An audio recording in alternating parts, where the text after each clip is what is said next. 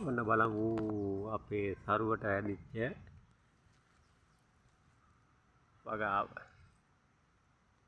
බලන්නකෝ ලස්සනට කරල් ඇදලා තියෙන ලස්සන. මේක තමයි අපේ පුංචි වගාව. බලමු මෙහෙට තියෙන. ඔන්න බලන්න යාළුවනේ. කොහොමද ලස්සනට ඇදලා තියෙන ලස්සන. අපි මේවට පොහොර දාන්නේ අපිම හදාගත්තු පොහොර. හරි ලස්සනට දරුවට බැරිලා තියෙනවා. බලන්නකෝ කොහොමද කියලා.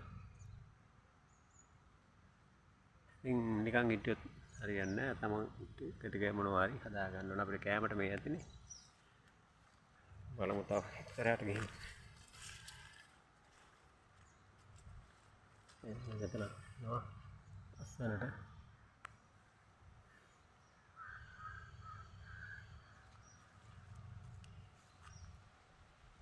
මේ තමයි මෑ කරල් වගාව. අර පැත්තේ